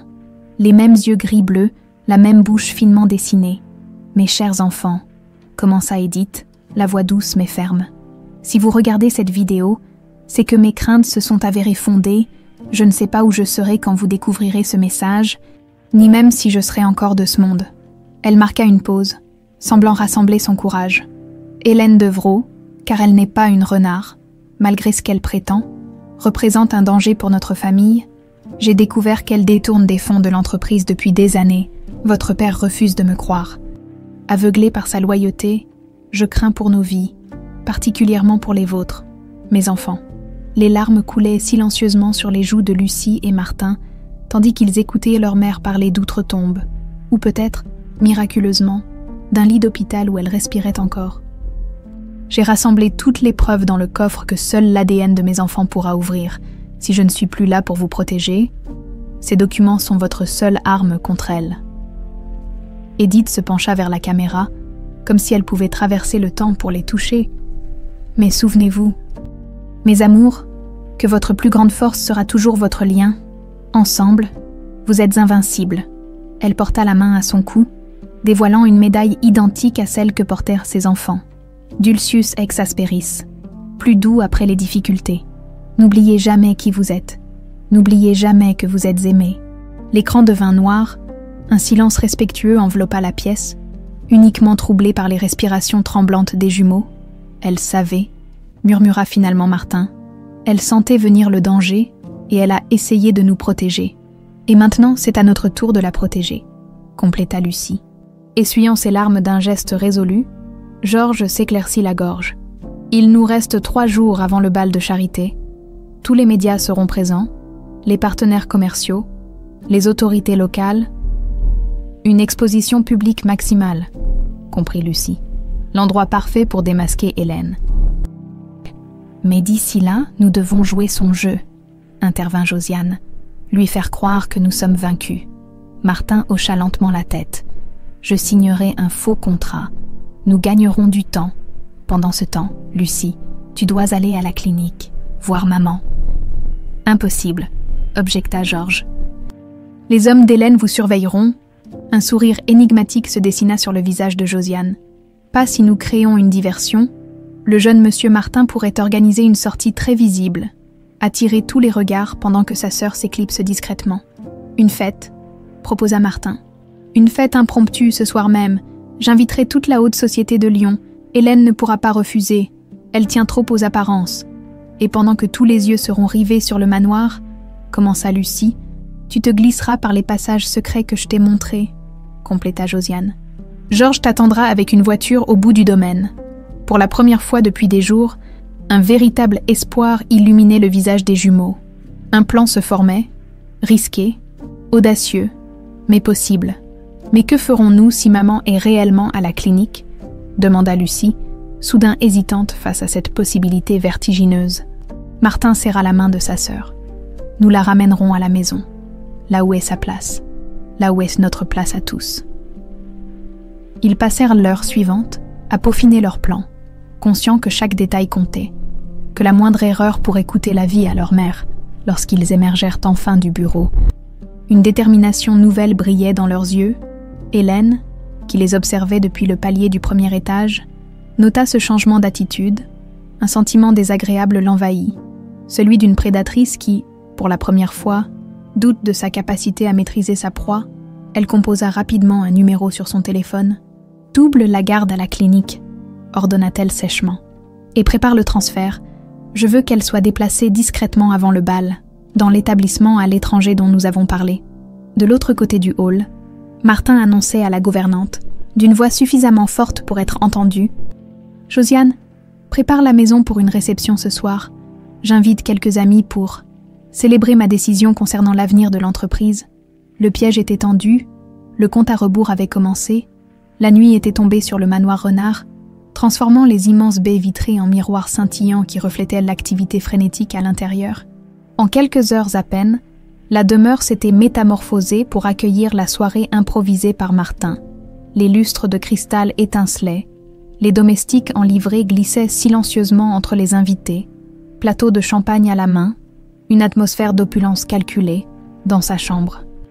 Lucie enfilait une élégante robe noire que Josiane avait dénichée pour elle, sobre mais élégante, parfaite pour se fondre dans la foule tout en restant discrète. Sous le tissu satiné, contre sa peau, elle avait attaché le dossier médical de sa mère et une petite photo de famille. « C'est l'heure », annonça Josiane en frappant doucement à la porte. Les premiers invités sont arrivés. Hélène surveille l'entrée principale comme un faucon. Lucie inspira profondément, vérifiant une dernière fois son reflet. Ce soir, elle ne serait plus l'humble serveuse, ni même l'assistante personnelle de Martin ce soir. Pour la première fois, elle entrerait dans la pièce comme une renard. « Georges vous attend à la lisière du parc dans 30 minutes exactement », poursuivit Josiane, ajustant une mèche rebelle dans la coiffure de Lucie. Le temps pour Martin de faire son annonce et de captiver toute l'attention. Au rez-de-chaussée, le grand salon bourdonnait déjà de conversation. La haute société lyonnaise, attirée par la promesse d'une annonce importante concernant l'Empire Renard, s'était déplacée en masse, malgré le délai très court. Martin circulait parmi ses invités avec une aisance étudiée, souriant, serrant des mains, jouant à la perfection le rôle du jeune héritier confiant. Seule Hélène, postée près de la grande cheminée en marbre, semblait tendue. Ses yeux ne quittèrent pas Martin, scrutant ses moindres gestes comme si elle cherchait à y déceler une trahison. Quand Lucie fit son entrée, l'attention d'Hélène se porta immédiatement sur elle. « Mademoiselle Leroy », l'apostropha-t-elle. Utilisant le faux nom que Lucie avait donné, quelle élégante tenue pour une simple assistante, presque comme si vous vous preniez pour quelqu'un d'autre. Lucie soutint son regard sans ciller. « Je m'adapte simplement aux circonstances, madame. N'est-ce pas ce que nous faisons tous ?» Le double sens de sa réplique ne fut pas perdu pour Hélène, dont les yeux se plissèrent dangereusement, mais avant qu'elle puisse répliquer, Martin tinta son verre de cristal, réclamant l'attention de tous. « Mes chers amis, » commença-t-il, sa voix résonnant dans le salon soudain silencieux, « je vous remercie d'avoir répondu présent si rapidement à mon invitation. Ce soir est une soirée spéciale, tandis que tous les regards se tournaient vers Martin. » Lucie recula discrètement vers le fond de la salle. Josiane l'attendait près d'une porte dérobée. Invisible aux yeux non avertis, d'un geste imperceptible, la vieille gouvernante lui fit signe de la suivre. « J'ai pris une décision importante concernant l'avenir des entreprises Renard, » continuait Martin, captivant son audience. « Une décision qui, j'en suis certain, surprendra beaucoup d'entre vous. » Profitant de l'attention générale focalisée sur son frère, Lucie se glissa dans le passage secret que Josiane venait d'ouvrir. Le couloir étroit et sombre sentait la poussière et les années. « Suivez ce passage jusqu'au bout, » chuchota Josiane. « Il vous mènera directement aux jardins ouest, loin des caméras de sécurité. Georges vous y attend. Bonne chance, mademoiselle. » Lucie étreignit brièvement la gouvernante, puis s'enfonça dans l'obscurité, guidée uniquement par la petite lampe de poche que Josiane lui avait remise. Derrière elle, les applaudissements polis qui suivaient l'annonce de Martin s'estompèrent progressivement. Dans le salon, Martin continuait son numéro de diversion, levant dramatiquement son verre, À l'avenir des renards, proclama-t-il. À une nouvelle ère pour notre entreprise familiale. Le regard d'Hélène allait frénétiquement de Martin à la foule. Cherchant Lucie, son absence soudaine ne lui avait pas échappé. Elle s'approcha discrètement d'un homme à l'allure de garde du corps, dissimulé parmi les invités. « Trouvez-la » siffla-t-elle entre ses dents. Immédiatement. Pendant ce temps, Lucie émergeait à l'air libre, respirant profondément après la traversée oppressante du passage poussiéreux. La nuit était claire, illuminée par une pleine lune qui baignait les jardins d'une lueur argentée presque surnaturelle. Une silhouette se détacha de l'ombre des grands chênes. Georges, fidèle au poste. « Par ici, mademoiselle, vite !» Une vieille Citroën, discrète mais fiable, attendait au bout d'un chemin forestier. En quelques minutes, ils avaient quitté le domaine des renards, roulant vers la ville. La clinique des Cèdres se trouve à environ 20 km, expliqua Georges, les yeux rivés sur la route sinueuse. Un établissement ultra-privé, réservé aux patients fortunés qui souhaitent disparaître discrètement. Comment allons-nous entrer ? S'inquiéta Lucie.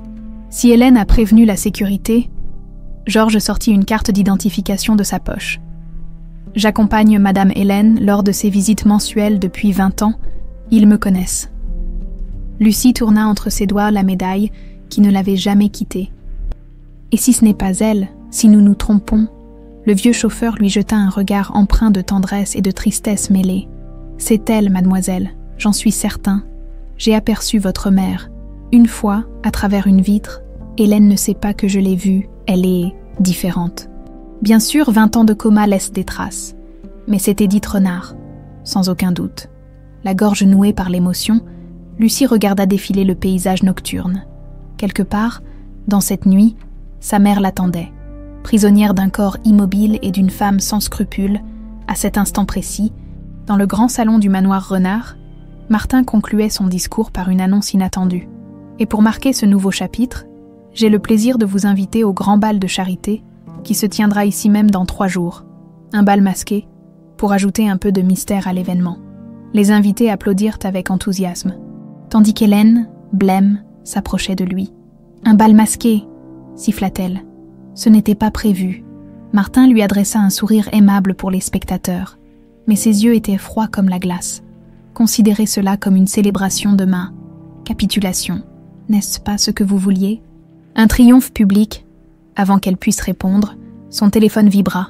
Le message la fit pâlir davantage. « Où est-elle » exigea-t-elle, abandonnant toute prétention de civilité. « Qui donc » répondit Martin avec une innocence feinte. « Ne joue pas à ça avec moi.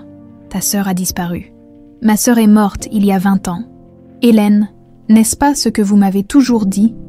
La clinique des Cèdres se dressait au milieu d'un parc luxuriant, isolé du monde extérieur par de hauts murs et un système de sécurité sophistiqué, l'architecture moderne, toute de verre et d'acier, contrastait avec la végétation abondante qui l'entourait.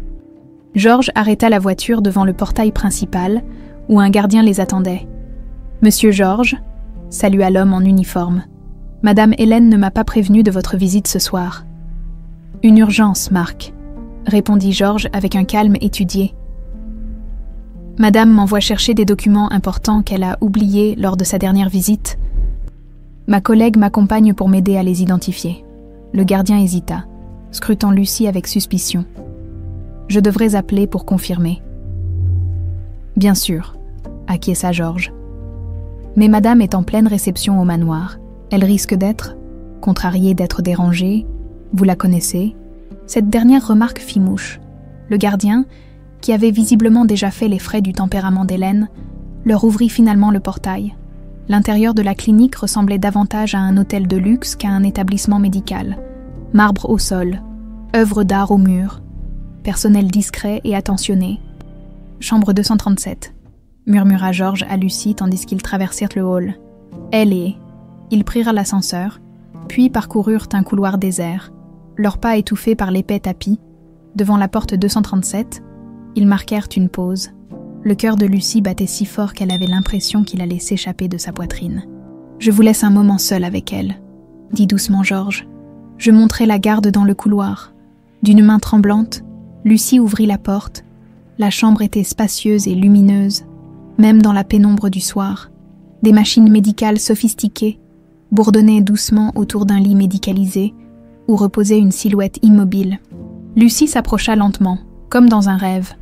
La femme allongée là était plus mince, plus pâle que dans ses souvenirs fragmentés, ses cheveux autrefois blonds désormais striés de blanc, mais c'était elle, sans l'ombre d'un doute, le même nez légèrement retroussé, les mêmes pommettes hautes que Lucie voyait chaque jour dans son miroir. « Maman » murmura-t-elle, s'asseyant délicatement au bord du lit et prenant la main inerte dans la sienne. « C'est moi, Lucie, ta fille, je t'ai retrouvée. » Aucune réaction visible n'anima le visage endormi.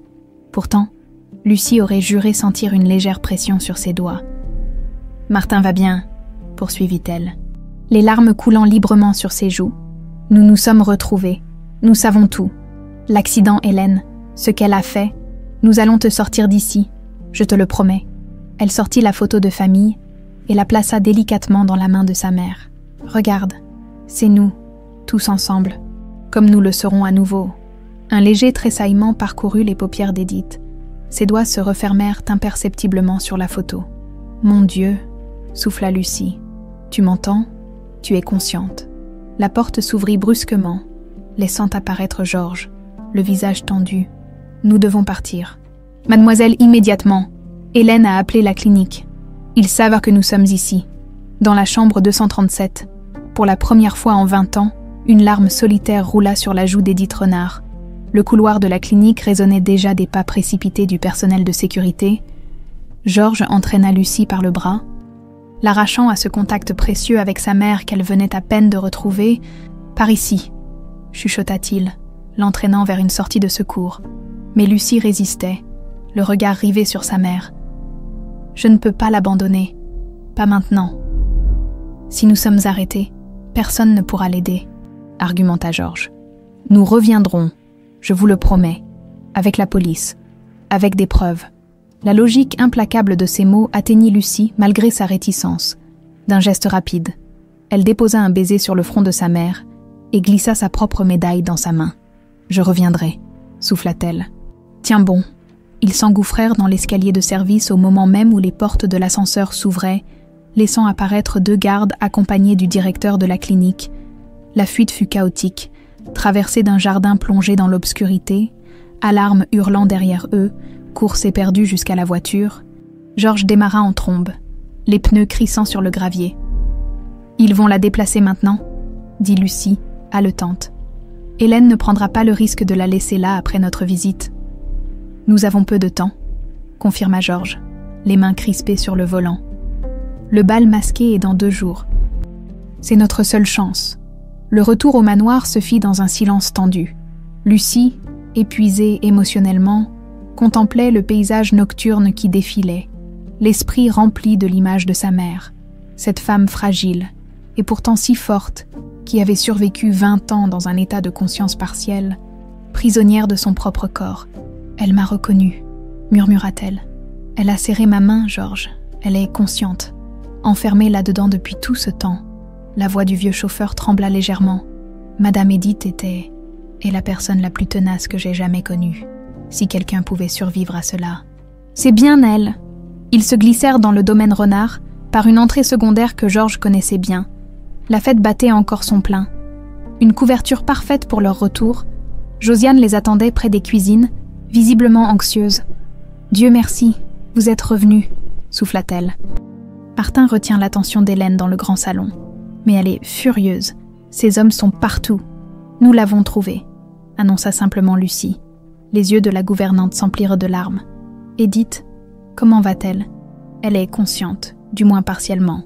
Elle m'a reconnue. J'en suis certaine. » Lucie serra brièvement la main de Josiane. « Il faut prévenir Martin. Nous devons agir vite. » Se faufiler parmi les invités pour rejoindre Martin fut plus difficile que prévu. Les hommes d'Hélène, reconnaissables à leurs oreillettes discrètes et leurs regards vigilants, patrouillaient stratégiquement dans toutes les salles. Martin l'aperçut enfin, et l'expression de soulagement qui traversa son visage était si évidente qu'elle craignit qu'Hélène ne la remarque également. Il s'excusa auprès de ses interlocuteurs et se dirigea nonchalamment vers elle. « Danse avec moi » murmura-t-il en la prenant par la taille, l'entraînant sur la piste où plusieurs couples évoluaient déjà, à l'abri des regards indiscrets, leur corps se balançant au rythme d'une valse, Lucie put enfin lui faire son rapport. C'est elle, Martin. Maman est vivante. Et elle est consciente. Les mains de son frère se crispèrent imperceptiblement sur sa taille. Tu en es sûre? Certaine? Elle a serré ma main. Elle a réagi quand je lui ai montré notre photo. Lucie sentit sa gorge se nouer. Mais ils vont la déplacer maintenant. Hélène ne risquera pas de la laisser là-bas après notre visite.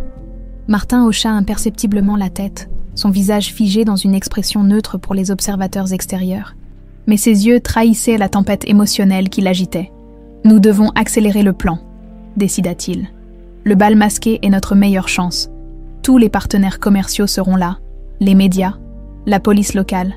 Qu'as-tu en tête exactement ? Un piège. » Martin fit tournoyer sa sœur. Se penchant pour murmurer à son oreille, comme un amoureux transi aux yeux des invités, « Dans 2 jours, le grand mensonge d'Hélène Renard s'effondrera devant tous ceux qui comptent. » De l'autre côté de la salle, Hélène les observait, son visage parfaitement maquillé ne trahissant rien de sa fureur intérieure. D'un geste élégant, elle porta son verre de champagne à ses lèvres, ne quittant pas des yeux ce couple fraternel qui dansait avec une synchronicité presque surnaturelle. « Madame », murmura un homme en costume sombre qui venait de se glisser à ses côtés, « nous avons un problème à la clinique. »« Pas ici », siffla-t-elle entre ses dents. « Suis-moi. » Dans le petit bureau adjacent, Hélène ferma soigneusement la porte avant de se tourner vers son homme de main. Ils l'ont vu, n'est-ce pas? L'homme acquiesça, visiblement mal à l'aise. Le vieux chauffeur et la fille, ils sont entrés avec les accréditations habituelles.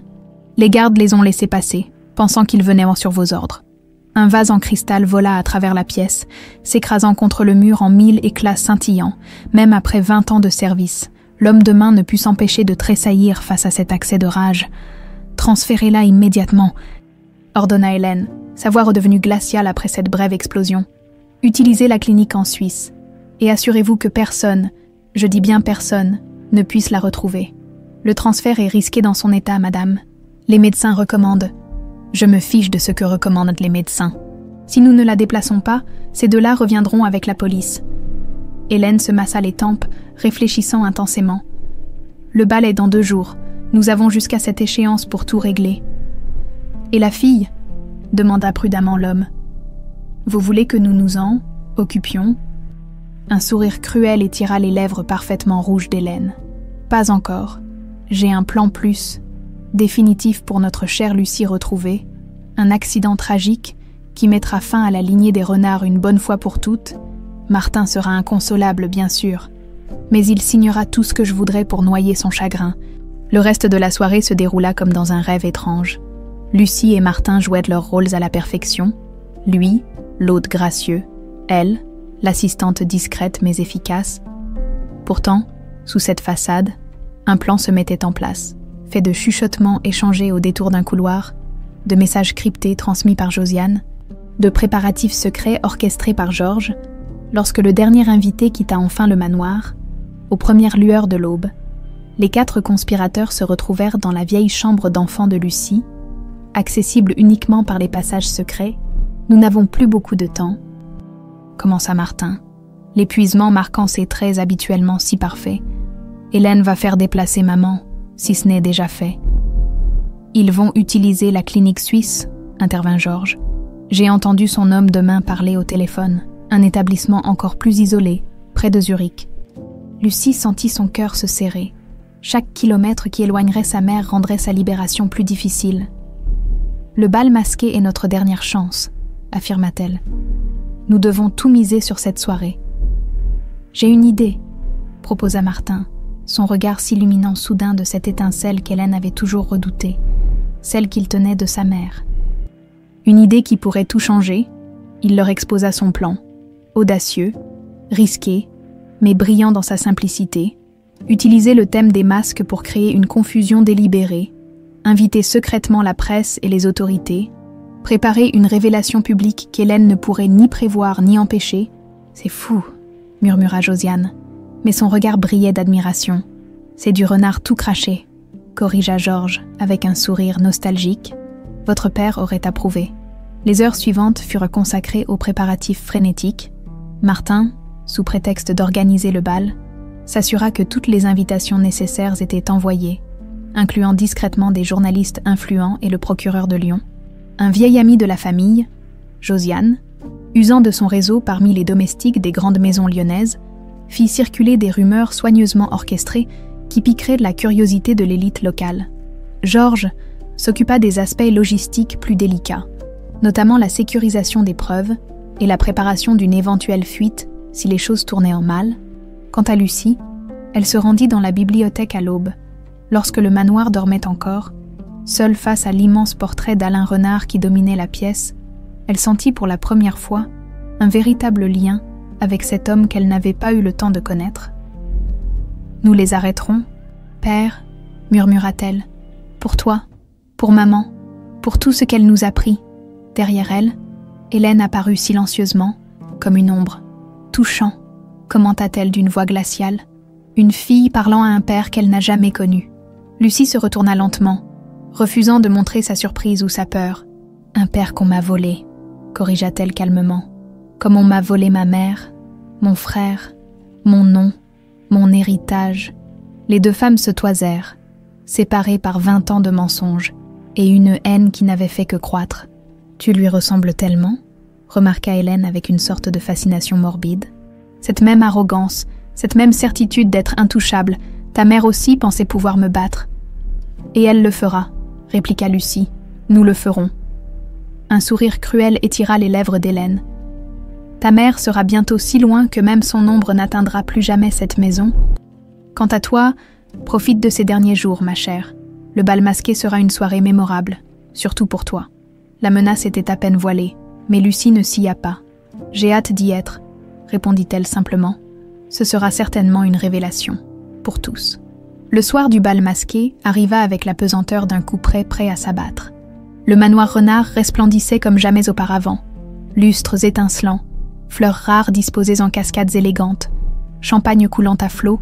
À l'extérieur, une file ininterrompue de limousines déversait l'élite lyonnaise, tous parés de leurs plus beaux atours et de masques somptueux. Comme le voulait le thème de la soirée, dans sa chambre, Lucie ajustait une dernière fois son masque vénitien argenté, orné de plumes blanches et de minuscules cristaux qui captèrent la lumière à chaque mouvement. Sa robe, d'un bleu glacier presque blanc, rappelait étrangement celle que portait sa mère sur la vieille photo de famille. « Tu es prête ?» demanda Martin en entrant discrètement dans la pièce. Son propre masque, assorti à celui de sa sœur, dissimulait la moitié supérieure de son visage, mais ses yeux brillaient d'une détermination nouvelle. « Plus que jamais, » répondit Lucie, serrant brièvement la main de son frère. « Des nouvelles de Georges ? Il est en position, l'enregistrement est prêt. Josiane a vérifié que toutes les personnes clés sont arrivées, le procureur, les journalistes, les partenaires commerciaux. » Martin ajusta nerveusement sa cravate. « Hélène ne se doute de rien. Elle pense que ce bal est ma façon d'accepter ma défaite avec élégance. » Les jumeaux échangèrent un regard chargé de toutes les émotions accumulées ces derniers jours. Peur, espoir, détermination. Ce soir, ils joueraient le tout pour le tout. L'entrée des héritiers Renard dans la salle de bal fut remarquée par tous. Côte à côte, leur ressemblance frappante encore accentuée par leurs masques assortis. Ils dégageaient une prestance qui força le respect. Des murmures curieux coururent parmi les invités. Qui était cette mystérieuse jeune femme au bras de Martin? Hélène les observait depuis l'autre bout de la salle, majestueuse dans sa robe rouge sang, son masque noir, orné de rubis, lui donnait l'air d'une veuve venimeuse. À ses côtés se tenait son homme de main, déguisé en invité mais reconnaissable à sa posture rigide et vigilante. « Souris », murmura-t-elle entre ses dents parfaites, « et n'oublie pas, au signal convenu, tu t'occupes de notre petite invitée surprise. L'aile de la maison est préparée. » L'homme acquiesça imperceptiblement. « Tout est prêt. L'incendie sera contenu mais suffisant pour créer la panique nécessaire. » Parfait. Une tragique victime du feu. Quelle fin poétique pour la dernière des renards.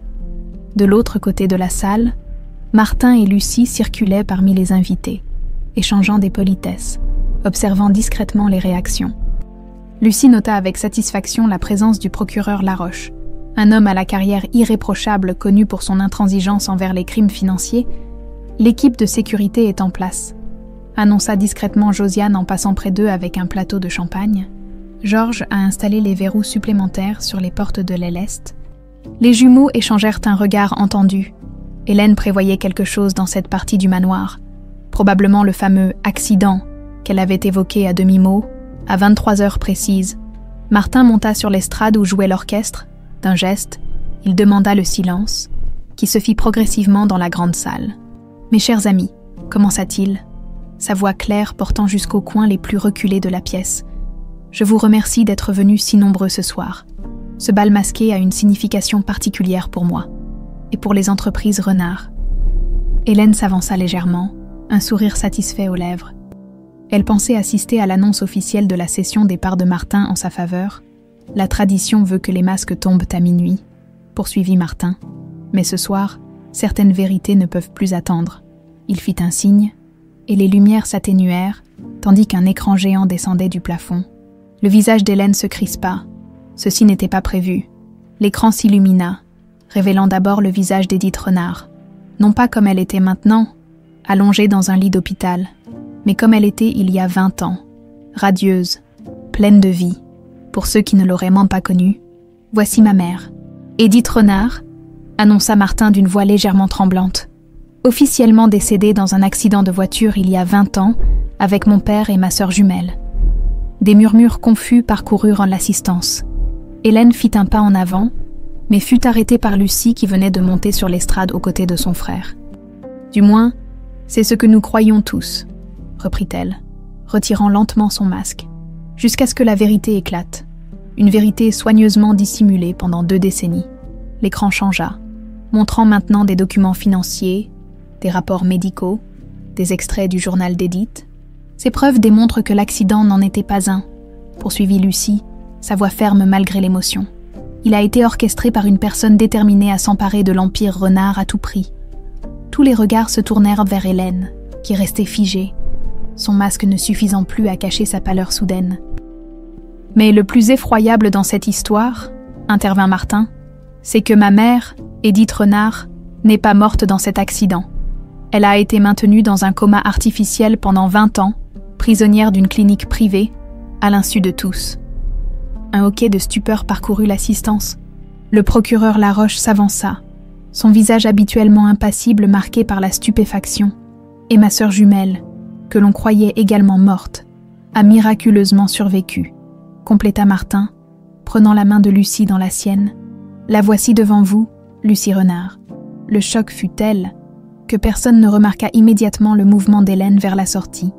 Mais Lucie, qui ne l'avait pas quittée des yeux, s'écria « Arrêtez-la !» Elle s'enfuit. Dans la confusion qui s'ensuivit, Hélène parvint à s'échapper dans un couloir, suivie de près par son homme de main. Lucie, malgré les cris de Martin lui intimant d'être prudente, se lança à leur poursuite. Le couloir menait vers l'aile est, celle-là même qu'Hélène avait fait préparer pour son sinistre plan. Lucie comprit soudain qu'elle fonçait peut-être dans un piège. Mais sa détermination était trop forte pour reculer maintenant. Elle aperçut Hélène au bout du corridor, donnant des instructions précipitées à son complice. Lorsque la femme la vit, un sourire mauvais étira ses lèvres. « Te voilà, ma chère.